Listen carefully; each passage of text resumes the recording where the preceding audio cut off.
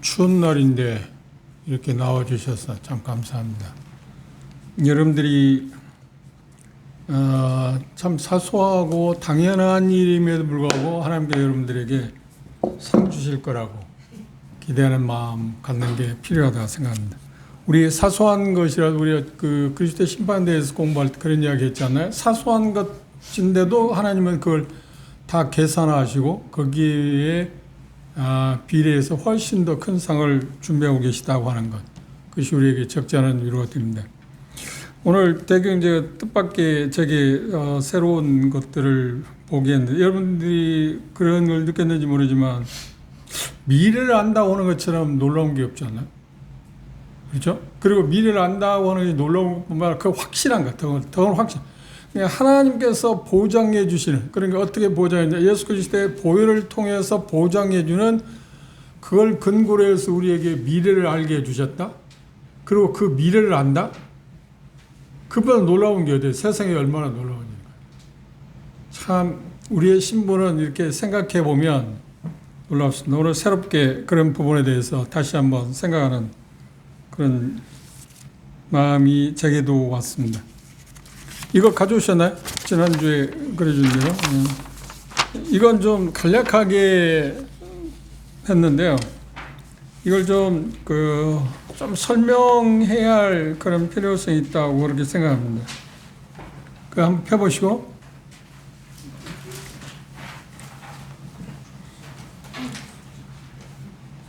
종말론에 대해서, 그러니까 다른 말로 천년왕국에 대해서 4가지 설이 있다고 그랬습니다. 첫째, 무천년설, 후천년설, 역사적인 전천년설, 미래적 전천년설. 미래적 전천년설을 뭐라고 이야기하냐면 세대주의적 전천년설이라고 그렇게 이야기를 합니다. 그런데 여기 가장 중요한 것은 차이점들이 여러 가지 있는데, 무천년설이라는 말은 말대로 천년왕국이라는 게 없다.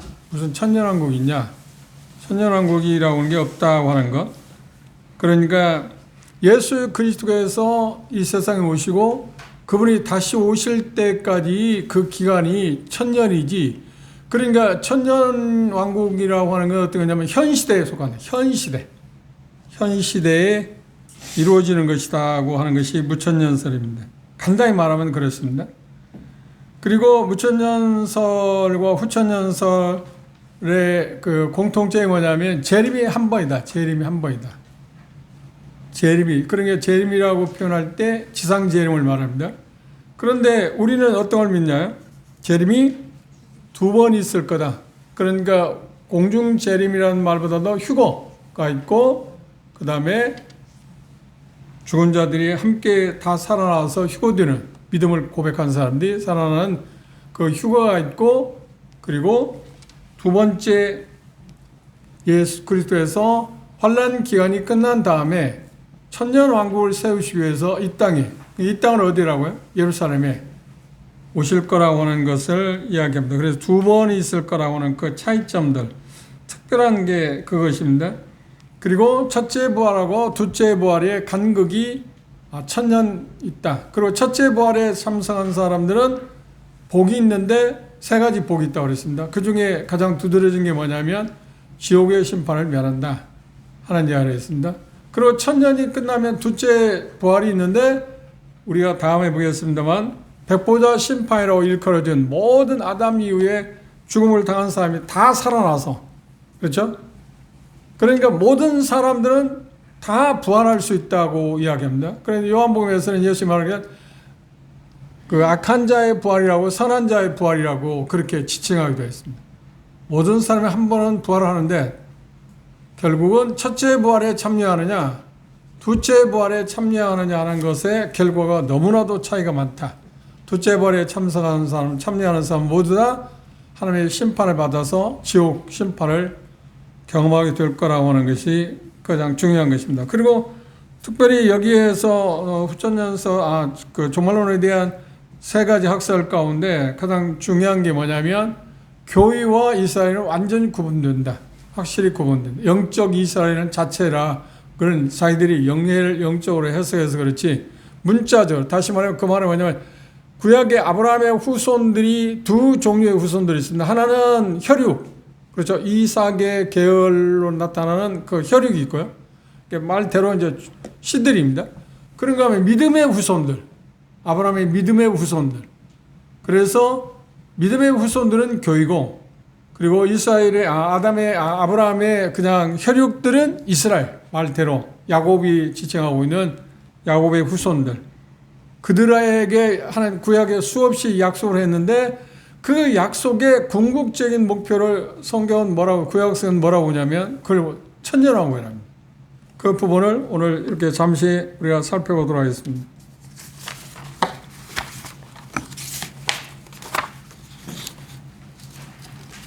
예레미야서를 보십시오.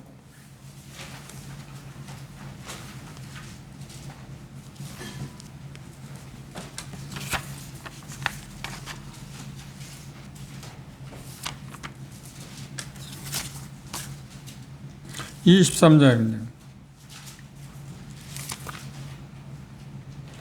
23장 5절 6절을 함께 읽어볼까요? 5절 6절입니다. 예레미야서 23장 5절 6절 시작. 나 여호와가 말하노라. 보라, 때가 이르리니 내가 다윗에게 한 의로운 가지를 일으킬 것이라.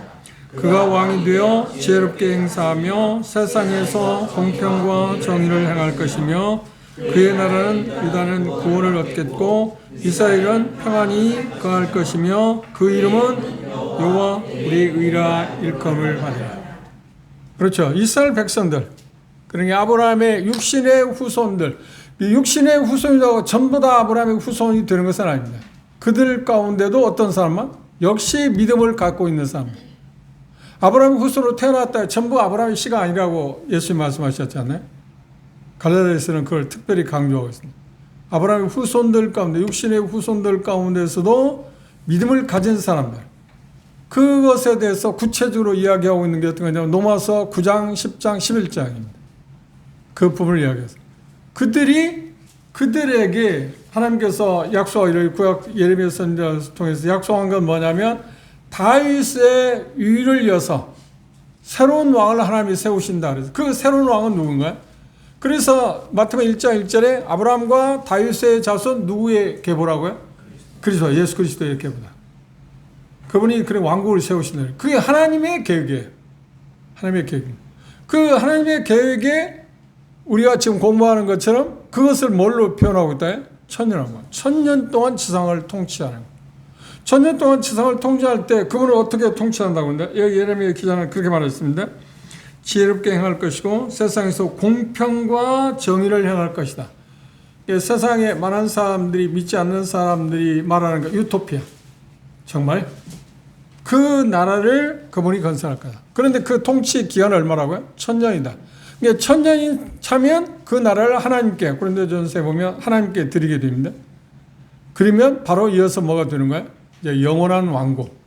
성경에서 요한계시록 21장에 나오는 것처럼 새하늘과 새 땅이라고 표현하고 있는 그 나라를 하나님께서 완전히 세우셔서 영원히 우리가 믿고 있는 대로 그 나라의 한 사람들로서, 자녀들로서 행사하게 될 거라고 이야기를 하고 있습니다.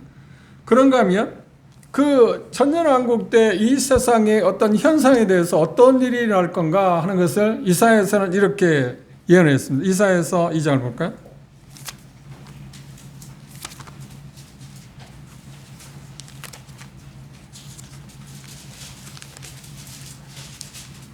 이사야서 2장 2절부터 한번 봅시다.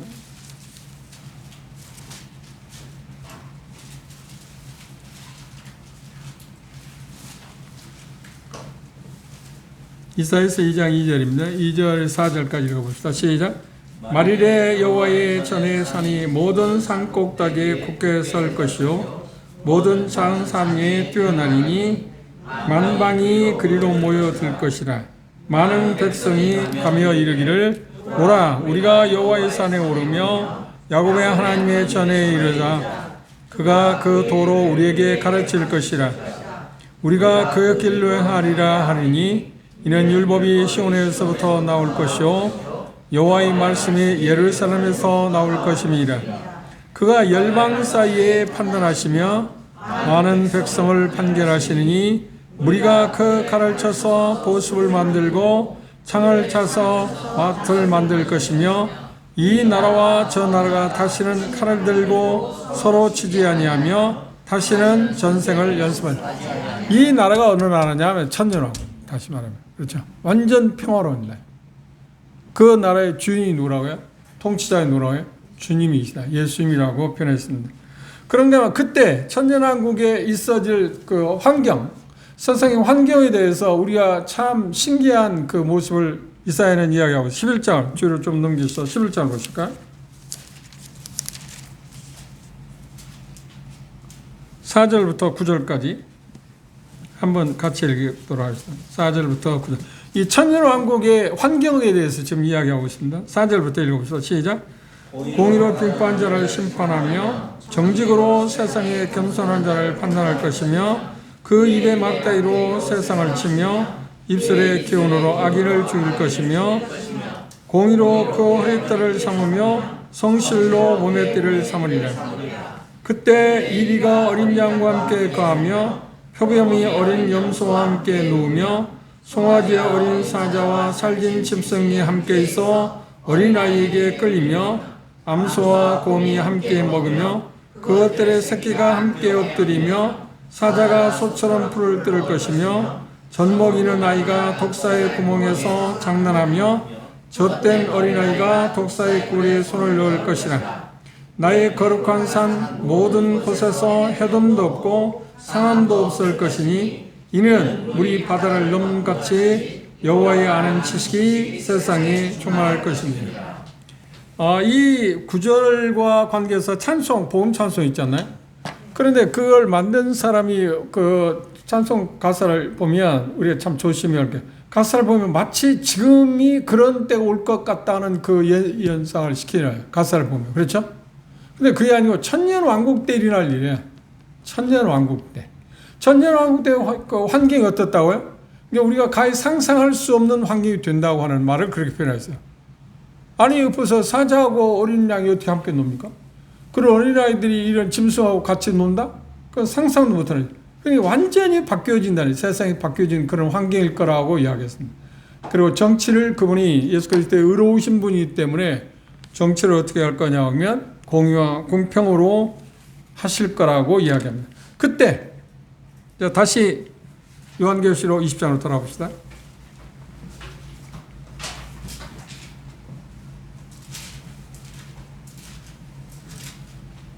6절입니다. 요한계시록 20장 6절 함께 읽어봅시다. 시작. 첫째 부활에 참여하는 자들은 복이 있고 거룩하도다. 둘째 사망이 그들을 다스리는 권세가 없고 도리어 그들이 하나님과 그리스도의 제사장이 되어 1000년 동안 그리스도로 더불어. 그래, 첫째 부활에 참석하는 사람이 특권이 세 가지 이야기했습니다. 그 중에 마지막이 뭐라고요? 그분과 함께 왕노릇 할 거다. 그런데 많은 분들이 이렇게 이야기를 합니다. 그 세대 학자들 가운데. 그런데 그게 좀 설득력이 있다고 생각해요. 교회하고 이스라엘, 유대인들입니다. 그리고 환란 기간 동안에 구원받은 성도들 있잖아요. 그들은 아마 거의 비슷할 거다. 구약 성도들하고 환란 기간 동안에 구원받은 사람들. 왜냐하면 환란 기간이라고 하는 것이 목표가 뭐냐면 이스라엘 백성들로 하여금 회개하기 위한 그런 기회로 정해져 있으니까. 그게 7년 환란 기간이 주는 거거든요. 포인트가 거기에 있어요. 그런데 그 가운데서 구원받은 사람, 그래서 7년 환란 기간 동안에 복음이 어떤 복음이라고 했나요? 우리가 공부할 때 은혜의 복음이 아니고 뭐라고요? 천국 복음, 왕국 복음. 마태가 계속했던 왕국 복음입니다. 왕국 복음을 받아들이면 천년 왕국에 들어간다고 하는 이야기입니다. 그런데 그때 들어가면 그곳에 들어간 종류 부류 사람들이 네 부류가 있다고 그래요. 첫째, 교회. 그래서 예수 그리스도의 피로 말미암아서 지금 은혜의 시대에 구원받는 교회가 첫째입니다. 그런데 앞에서 얘기한 것처럼 보지 않는 자들로 묘사하고 있습니다. 그렇죠? 그 다음에 구약 성도들. 그 다음 환란 기간 동안에 구원받은 사람들. 그렇죠? 그 표현을 여기 20장 4절 다시 보실까요? 또 내가 보좌들을 보니 거기에 앉은 자들이 있어요. 보좌라고 말하지 않고 단수로 말하자면 보좌들. 그러니까 우리가 공부한 것처럼 24 장로들이 앉은 보좌들이죠. 앉아 자들이 있어.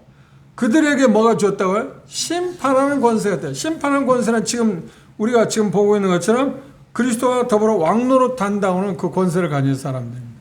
그렇죠? 그래서 이들이 교회라고 표현하는 것은 옳은 얘기라고 이야기합니다.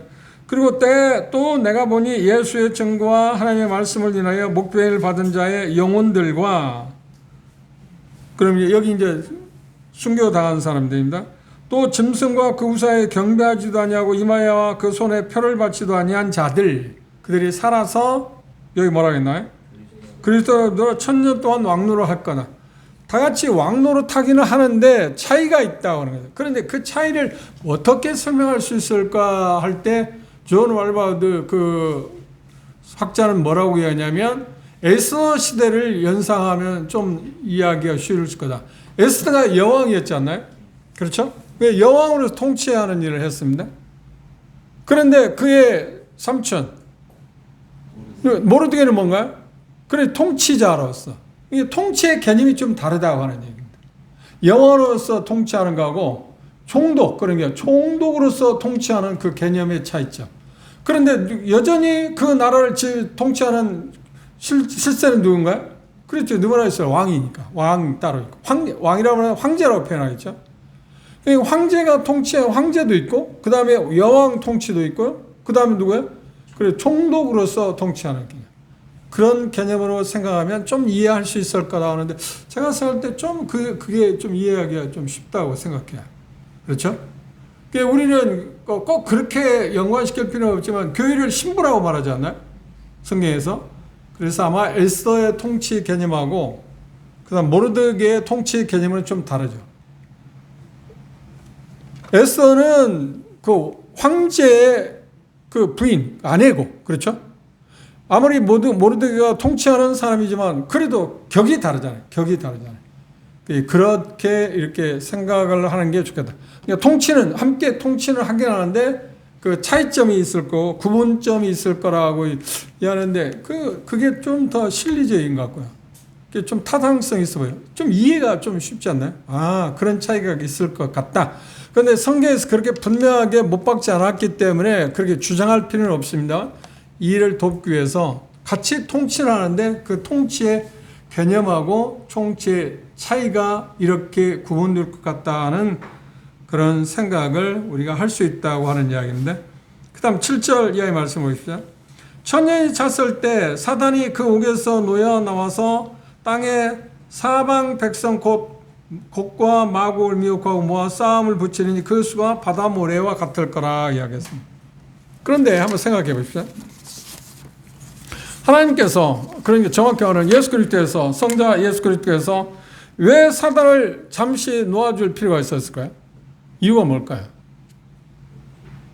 뭔가 테스트할 수 있는 기회를 갖고 있어요. 그러니까 이 천년 왕국에 들어간 사람들의 부류가 부활할, 그러니까 첫째 부활에 참석한 사람들과 아울러서 어떤 살아서 천년 왕국에 들어간 사람이 있다고 그랬잖아요. 마태복음 26장에 나온 것처럼. 그러니까 염소와 양을 심판할 때 양에 있는 사람들 가운데, 그러니까 믿음을 가진 사람들입니다. 그들이 살아서 천년 왕국에 들어간다. 그들은 죽음을 당하지 않고, 죽음은 당했으면 다 그들 부활했겠죠. 그런데 부활하지 않고 살아서 천년 왕국에 들어간 사람이 있다. 그걸 한번 우리가 참조해 볼까요? 마태복음 25장을 보십시오.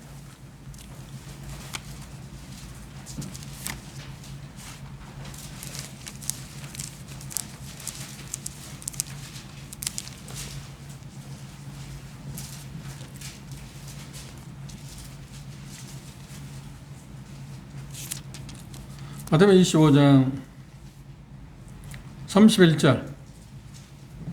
그 문자를 잘 보십시오. 인자가 자기 영광으로 모든 천사와 함께 올 때, 그럼 언제입니까 이때가? 자기 영광으로 모든 천사와 함께 올 때가 언제인가요? 그리고 자기 영광의 보좌에 앉을 거다. 그때가 언제인가요? 그렇죠. 천년왕국 시작. 그때 뭘 한다고요?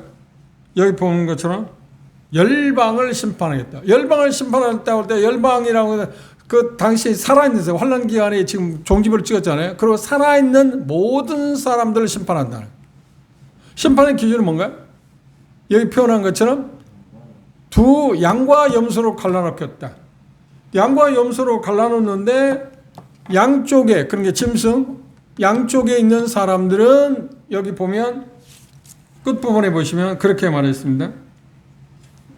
자, 41절 주목해 보십시오. 저희는 영벌에, 저희는 누군가요? 염소편에 있는 사람들입니다. 그리고 양편에 있는 사람들은 뭐냐? 의인들은 영생에 들어갈 거다. 그러면 영생에 들어간 사람은 누구냐? 살아서 지금 그러니까 믿음을 갖고 있었는데 순교를 당하지 않고 예수님의 오심으로 말미암아 삶에 위태위태 있는데 다행히도 죽음을 당하지 않았다. 순교를 당하지 않았다는 거죠. 그러니까 그들이 생각보다 많을 거라고 생각할 수 있습니다. 그런데 제 분별로는 이들 가운데 유대인들이 많을 것 같아요. 하나님의 특별한 보호하심을 말해요. 한번 보십시오. 14만 4천 명을 어떻게 하는가? 환란 기간 동안에 하나님 어떻게 하신다고요? 보호하신다고 그러잖아요. 적그리스도 아무리 죽이려고 못 죽인다고 하잖아요.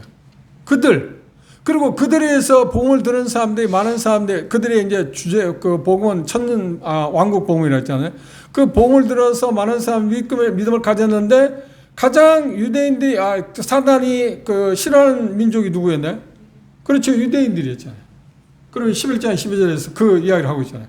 그들에서 심한 박해를 하는데도 그 와중에 삶을 사는 사람도 있지만 중요한 것은 뭐냐면 살아있는 사람도 있을 수 있다. 그리고 7장에서 우리가 이미 공부한 것처럼 이방의 수많은 허다한 사람들이 구원을 받잖아요. 그런데 그 허다한 사람들 가운데 많은 사람들이 순교를 당할 거라고 우리가 말씀을 보았습니다.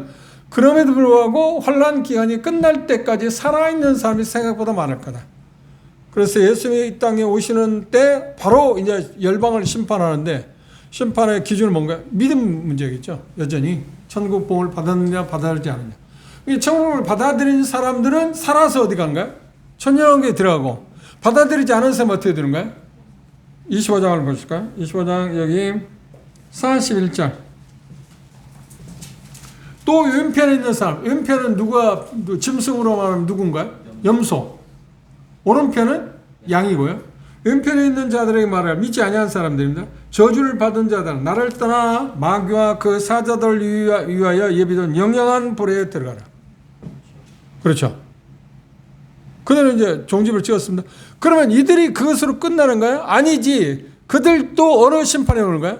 우리가 21장에 보는 것처럼, 아니 10절 이하에 와서 계시록 20장 10절 이하에 나오는 것처럼 백보단 심판에 그들을 다시 살아나지.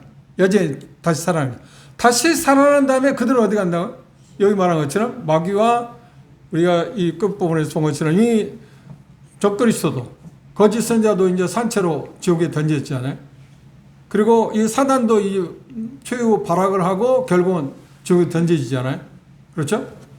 그리고 모든 아담 이후에 살았던 모든 사람, 믿지 아니한 모든 사람들을 하나님께서 다시 살리셔서, 그 둘째 부활이라고 했어요. 다시 살리셔서 심판을 받게 되고 최종적인 목적지는 어디에?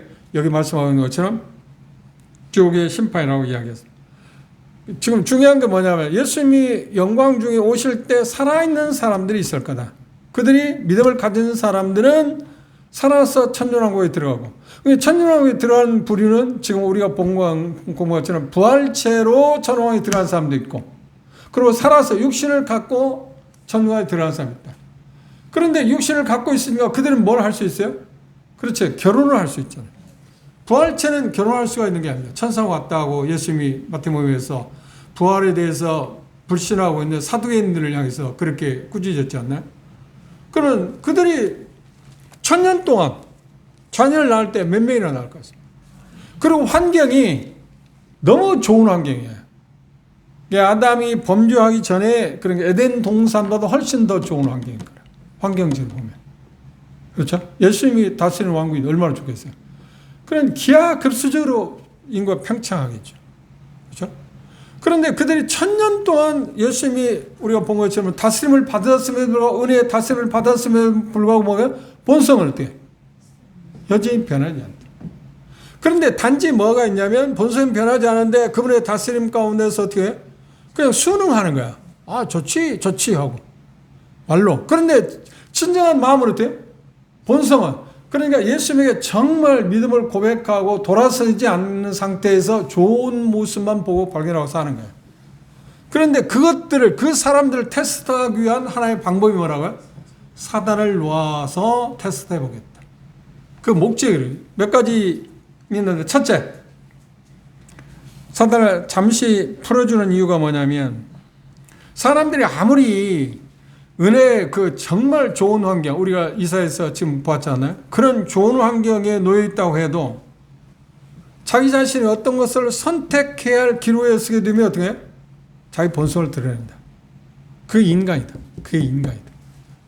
그것을 보여주기 위해서, 드러내기 위해서 어쩔 수 없이 죄에 빠질 수밖에 없다는 사실을 보여주기 위해서 어쩔 수 없이 사단을 통해서 그 일을 하시겠다고 하는 겁니다. 그게 사단을 잠시 풀어주는 이유입니다. 두 번째,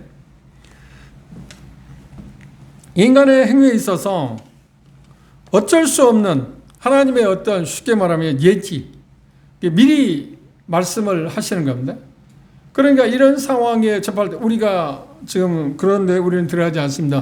우리들 믿지 않는 사람들 간데, 우리 친족들이든 뭐든 간데 믿지 않는 사람들 혼란 기간에 거쳐서 여기 들어갈 수 있는 확률이 있는 사람도 있을 거 아닙니까? 그렇죠? 그러니까 대다수가 많이 죽음을 당하는데 뭐 인구의 막 3분의 1 죽기도 2분의 1 죽기도 하고 막 그런 일들이 우리가 계속 봤잖아요. 그런데 사람이 워낙 많으니까 그래도 살아있는 사람이 많이 있잖아요. 그들에 대해서 이미 예고하는 거. 아, 너희들이 앞으로 그런 일이 있을 거다. 그러면 그걸 말씀하시는 이유는 뭔가요? 이 사단의 여기에 넘어가지 않도록 지금 경계하기 위해서 지금 그걸 잠시 풀어놨다고 우리가 이야기해서, 세 번째, 사단을 잠시 풀어주는 이유 가운데 빼놓을 수 없는 것은 사단은 절대로 그 사악함을 버릴 수 없다는 것을 확실히 정죄하기 위해서 그렇게 수많은 기회를 줬음에도 불구하고 여전히 악한 일을 계속 해왔지만 마지막까지, 그렇죠? 이게 최후의 일입니다. 사단이 할 수 있는 최악의 일. 긍정적으로 말하면 돌이킬 수 있는, 회개할 수 있는 기회, 마지막 그 기회를 주기 위해서 주었다고 생각할 수도 있습니다. 그런데 그 사악함을 버리지 못하고 끝까지, 최후는 어떤가요? 그 수많은 사람을 유혹해가지고 최후로 예수님을 대항하는, 반역을 꾀하는 사단의 사악함의 극치를 우리로 보여주기 위해서. 사단이 갇혀있을 때는, 무조건 갇혀있을 때 그 활동을 못 하잖아요. 근데 어떤 사람은 그렇게 이야기합니다. 한번 참조해볼까요? 베드로전서 5장을 보십시오. 지금 우리가 살고 있는 세상에는 이거 어떤 사람들이 말하고 이건 말도 안 되는데 문자적으로 받아들일 수 없다고 이야기하는데 그렇지 않잖아요. 베드로전서 5장을 보십시오.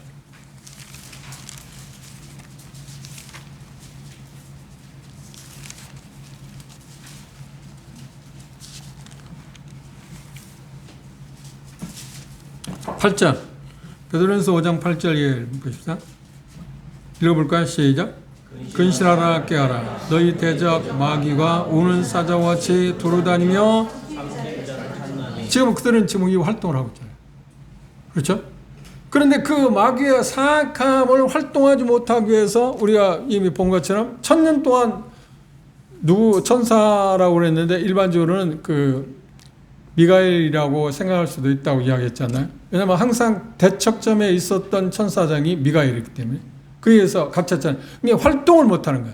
그러니까 사악함을, 그러니까 거기에 환란 기간 동안에 천년왕이 들어갔는데 후손들이 들어갔는데 살아있는 사람들이 유혹을 받을 기회가 없잖아요. 그러니까 자기들이 어떤 것을 드러내지 않을 거라고 그러는 거야. 그렇다고 죄가 없어요? 있지. 그런데 그 활동을 못했다는 거야. 왜냐하면 유혹하는 사람이 없어요. 사단이 그걸 하는데 죄를 지켜야 하지 않으니까. 그렇죠? 그래서 지난 시간에 그랬죠. 그들이 죄를 지을 건가 안 지을 거냐 하는 문제에 대해서 어떻게 보면 죄를 지을 것 같기도 하지만 전체적으로 볼 때 그걸 유혹하는 자가 없기 때문에 죄를 지을 가능성이 뭐예요? 없다고 보는 게 옳겠죠. 그렇죠? 그렇다고 해서 그들이 죄가 없어요? 여전히 본성이 있다는 거예요. 그걸 마지막 드러내기 위해서 지금 사단을 잠시 놓아준다고 그랬잖아요. 근데 사단의 최악의 모습을 더 이상 사단 자신도 모든, 그러니까 하나님 공평해야 하니까, 공정해야 하니까, 공의로 무시해야 하니까 그 어떤 것도 하나도 그래서 그런 표현을, 예수님이 그런 표현을 했잖아요. 실오라게 하나라도 다 갚기 전에는 안 된다. 가장 작은 것도 안 된다고 하는 이야기를 했습니다. 사단은 절대로 회개할 수 있는 존재가 아니다. 그 사악함을 버릴 수 있는 존재가 아니다. 그걸 마지막으로 사단 자신에게도 사단을 추종해왔던 그 수많은 사람들에게도 그걸 보이기 위해서 잠시 놓아주는 겁니다. 그리고 결과는 뭔가요? 그렇죠. 예수님이 하늘에서 내린 불에 의해서 그들을 다 심판하고 결국은 어떻게 한가요? 사단이 지옥에 간다. 그래서 여기 보는 것처럼 네 번째 사단을 잠시 풀어주는 이유가 뭔가요? 그렇지. 영원한 형벌의 타당성. 그걸 보이기 위해서. 누구도 부정할 수 없잖아요. 확실하잖아요. 그렇죠. 그러니까 이런 면에서 보면 하나님은 그렇지 않아도 되지만 하나님은 그런 부분에서도 모든 사람들에게 내가 이 심판이 얼마나 공정하냐? 어떤 그 흠도 찾아낼 수 없다. 하면서 확실하게 마지막으로 보여주기 위해서 사단을 잠시 풀어준다고 생각하는 게 좋을 것 같습니다. 그래서 사단이 잠시 풀어난 다음에 그 사단이 하는 일은 뭔가요? 우리가 봤을 때 세 번째 이유에서 그 사악을 버린다 안 버린다? 버리죠. 그리고 수많은 사람들, 믿음을 고백한 자녀들, 그러니까 어른들, 그러니까 부모들 밑에서 출생한 수많은 사람들, 여기 보면 사방에서 이야기했어요. 그리고 이루 헤아릴 수 없다고 말했습니다. 이루 헤아릴 수 없는 사람. 그런데 그들에 대해서 표현한 말씀을 여기 보시면 우리가 좀 조심하게 할 게 그 하나 있습니다. 8절, 23장 8절 주목해 보시죠. 천년이 참에 사단이 그 옥에서 놓여 나와서, 참에 사단이 그 옥에서 나와서 잠깐이라고 표기를 하면 더 좋을 겁니다. 땅의 사방 백성 곧 곡과 마곡을 미혹하고, 그런데 곡과 마곡은 에스겔 38장에 나와 있습니다. 에스겔 38장에 곡과 마곡의 차이가 있어요. 전혀 그 같은 이야기 아닙니다. 이름은 같은 이름입니다. 동명이인이라고 우리가 일반적으로 이야기할 수 있는. 왜냐하면 에스겔서 38장에 곡과 마곡은 언제 일어나냐면 환란 기간 시작 지점에 예루살렘을 침범합니다. 그런데 여기에 계시록의 곡과 마곡은 언제? 천년 왕국의 끝날 지점. 그렇죠. 이게 전혀 다릅니다. 그리고 여기 보는 것처럼 에스겔서의 그것은 천년 왕국 전에 곡과 마곡이 예루살렘을 침략해서 예루살렘에서 멸망당한다고 이야기하고 있습니다. 그런데 계시록에 여기 20장에 나오는 것은 천년 왕국 후에 천년가 끝난다. 그러면 곡과 마곡을 묘사한 것은 어떤 대표성, 그렇죠? 하나님을 대적하는 그 무리의 군대들의 어떤 무리를 묘사하기 위해서 상징적인 언어로 표기되었다고 받아들이는 게 좋을 겁니다. 그 차이가 분명하잖아요. 에스겔서에 나오는 곡과 마곡과는 전혀 다른, 시차가 최소한 얼마 차이 나요? 그럼 천년 차이 나죠. 그렇죠? 그런 그 차이 때문에 그건 다르다. 그것만 여러분들이 마음껏 까닭 잘못하면 이걸 잘못 오해하면 에스겔서에 나오는 곡과 마곡 이야기 아니야? 그러면 헷갈리잖아요. 그래서 그 차이가 있다. 약간 천년의 시간 차이가 있다.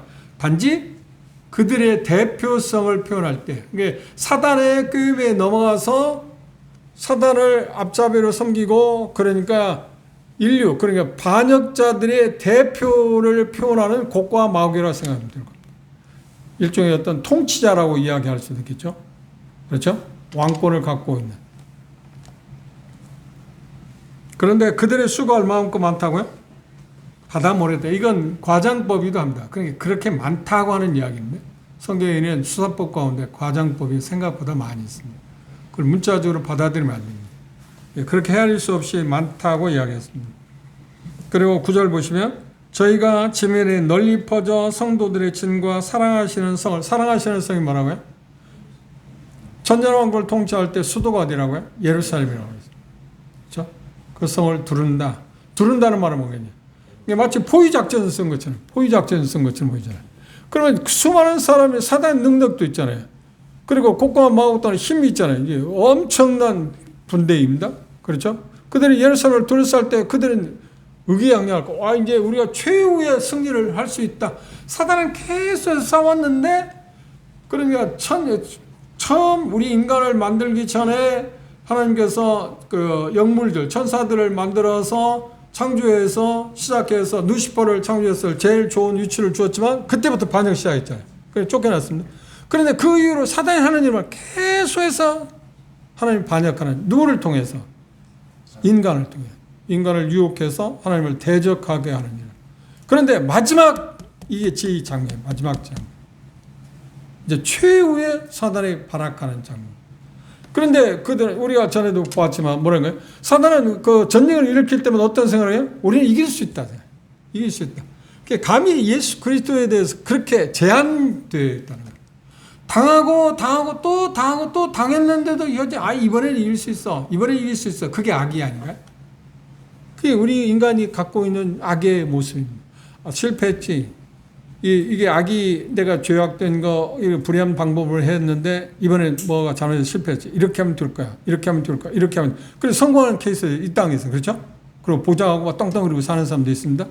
그런데 이 최후의 악은, 사단은 계속해서 해봐도 마치 달걀로 돌치는 것보다 더 싸움 될 수 않는 일을 계속해 왔지만 이제 마지막 전쟁을 일으키기 위해서. 이제 그들이 생각할 때는 이제 우리가 마지막 승리, 이제 마지막 최후 결전이다. 우리가 이긴다. 걱정하지 마라. 그런데 느닷없이 어떤 일이 벌어졌어요? 뜻밖의, 여기 보면 하늘에서 불이 내려와 마치 소돔 고모라를 멸망시킨 것처럼 그들을 소멸한다. 완전히 불태워버립니다. 그리고 그들을 미혹한 곡과 마곡을 대표하는 그 수많은 무리들이 너를 어떻게 한다고요? 미혹하는 마귀가 불과 유황못에 던지우리니 거기는 그 짐승과 거짓 선지자도 있어 뭐라고 했나요? 세세토록 영원히 고통의 정도가 영원하다. 일시인 게 아니다. 그에 대해서 이야기합니다. 그러면 이제 모든 악은 이제 종결됐죠. 그래 모든 악의 근원지는 누구인가요? 사단이에요. 사단만 없으면 죄를 안 범한다니까. 유혹을 안 하니까. 그런데 우리가 지금 살고 있는 세상은 하나님을 대적하는 세 개의 세력들이 있어요. 사단이 있고, 그 다음 뭐가 있나? 육신이 있어. 우리에게. 그 다음 뭐가요? 세상이 있어. 그런데 그 당시 세상은 존재하겠죠, 여전히. 그런데 예수 그리스도의 통치하는 세상이기 때문에 우리가 생각하는 그 세상의 의미 자체가 어떻게 희석되어 있어. 그 어떻게 드러날 수가 없어. 세상이 다른 세상이니까. 무슨 말이겠죠? 세상이란 말이, 우리가 성경에서 말하는 세상이란 말이 어려로 코스모스라는 단어를 쓰는데 그 말은 뭐냐면 악이 지배하는 체제. 그걸 세상이라고 그래. 세상 사랑하지 말라고 표현할 때. 그런데 사단이 그 지배를 못하니까 세상은 세상인데 어떻게? 힘이 없지. 그리고 죄를 지을 가능성이 없지. 그러니까 악이 종집을 찍습니다. 그리고 이제 뭐는가요? 최후의 그 악에 대해서, 죄를 지은 모든 죄악에 대해서 최종적인 결산하는 것이 다음 시간에 우리 볼 것입니다. 흰 백보자 심판, 흰 보자 심판이라고 이야기하고 있습니다. 그러면 우리가 결론적으로 지난 시간에 말씀드렸습니다. 우리가 미래를 알고 산다고 하는 것, 그리고 당당한 것이 필요합니다. 위축당할 필요 없습니다. 그렇죠? 뭐 어떤 사람은 그렇게 예를 드는 사람이 있습니다. 지금 현실적으로 대단히 어렵다고 생각하세요? 뭐 국어를 할 정도는 아니지만 사는데 대단히 어렵다고 생각하세요? 그런데 10년 전에 누군가에 의해서 10년 후에 누군가에서 내가 하면 10억을 받을 수 있는 게 보장되어 있다고 하면 깡통을 차고 다닐지라도 어떻게 하겠어요? 흥얼거리겠습니까? 비참하게 쪼그려 앉겠습니까? 사람들이 깡통 찰 때 뭐라고 했어? 10년만 기다려봐라. 너는 내 앞에 서지도 못해. 그 견딜 수 있다는 거예요. 하는 시련다. 그리고 모욕당하고 하는 것도 다 견딜 수 있습니다. 그렇죠? 세상에 그를 확신한 다음에 그럴 거 아닙니까? 당당하지 않아요. 그렇죠? 그럼 우습지. 한번 생각해보세요. 여러분들이 예수님과 더불어 1000년 동안 왕 통치한다고 할 때 그 이야기가 뭐라고 했죠? 저 친구, 머리가 좋은 친구인데 이성을 갖고 있고 대단히 똑똑하다는데 저렇게 미쳤나? 그럴 거 아닙니까? 그런데 우리는 어떻게 해요? 하나님이 보장한 말씀이니까 그보다 더 확실한 게 어디 있어요? 그래서 그 당당, 그걸 잃지 말고. 그리고 살면서 위축당하게 하고 우리를 비웃고 우리 스스로도 생각할 때 초라해 보이고 그런 때 있을 때마다 이 소망을 우리가 갖게 됩니다. 그럼 영원한 왕국에 가면 이건 아무것도 아니에요. 어떤 면에서 천년왕국. 그렇죠?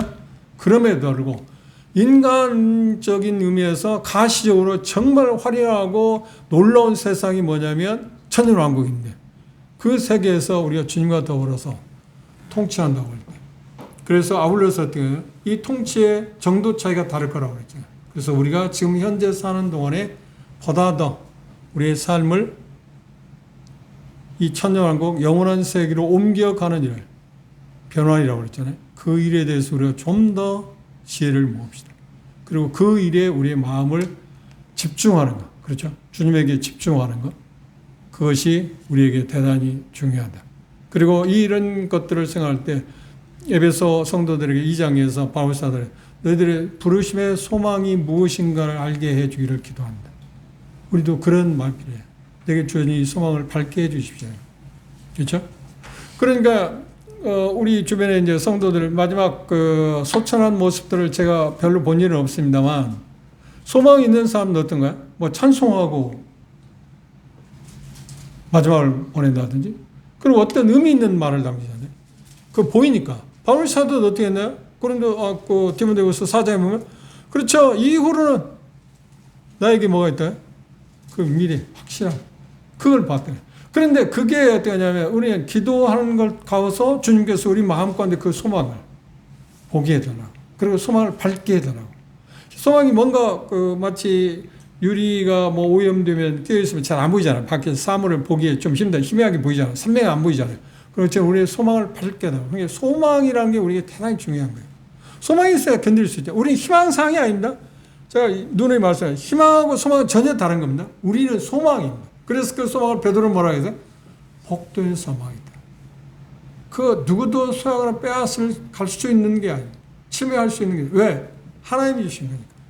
하나님이 우리에게 확실한 말씀으로 우리에게 못 박아놓은 것에 대한 것을 생각하고 우리 미래에 대한 이 확실한 미래가 보장되어 있다는 것을 생각하면서 좀 긍지를 갖고 좀 당당하게 힘 있게 그렇다고 해서 뭐 저 다니면서 나는 이제 얼마 후에 얼마인지는 모르지 얼마에 내가 너희들 다스릴 거다 하면 웃으니까 그건 웃음을 다할 필요는 없잖아요. 근데 우리 마음 소망 가운데 주님을 섬기고 그리고 계속 저도 그런 기도를 해요. 제 마음에 소망을 밝게 해달라고. 그게 선명하게 해달라고. 그게 우리의 마지막 기도일 수 있잖아요. 그렇죠? 그런 것들을 생각하면서. 그래서 소망이 확실하면 우리는 어떤 것에든 이겨낼 수 있습니다. 그리고 이 시련은 어떤 면에서 우리가 주는 시련들, 여러 가지 시련들 있잖아요. 그 시련들 우리로 소망을 더 밝게 하고 소망에 대한 기대치를 높게 하기 위한 거예요. 그렇지 않나요? 우리 어려움을 겪게 될 때 새로운 것을 생각하잖아. 내가 이것을 벗어났으면 하는 생각을 자꾸 갖게 되잖아. 근데 그게 보장된 거예요. 소망은 보장된 내용을 우리는 소망이라고 합니다. 누구를 통해서? 예수 그리스도의 보혈을 통해서 보장해 놨습니다. 그분이 거짓말 않는 분으로서 맹세까지 하면서 약속한 말씀입니다. 그걸 받아들이고 우리 마음 가운데 당당하게 좀 의젓하게 살아가도록 연말이니까 더 기도하고 마치겠습니다.